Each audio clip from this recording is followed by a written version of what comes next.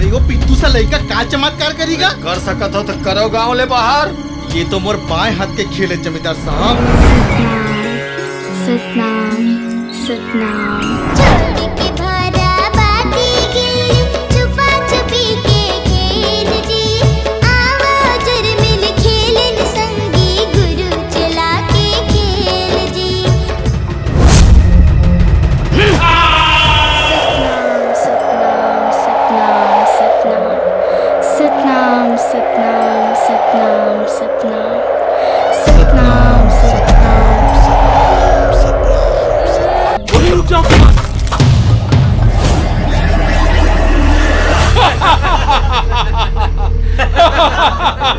मोर लक्ष्य सत के रद्दा सतनाम के प्रचार हो मानव के उद्धार बर ही तोला समासेला पर ही।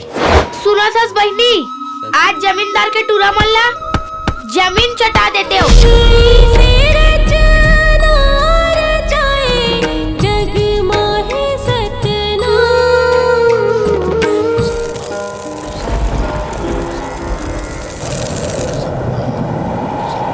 तोला का चाही बेटा?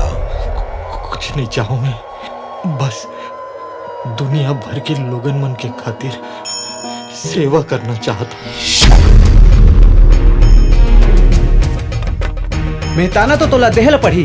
देख बालक दास, जवानी की गर्मी चढ़े है, मैं कोई मेहताना नहीं दाऊं। चोरी जुआ से दूर रह के सदा सत के प्रचार करना चाहिए। बोलो जय सतनाम। जय सतनाम।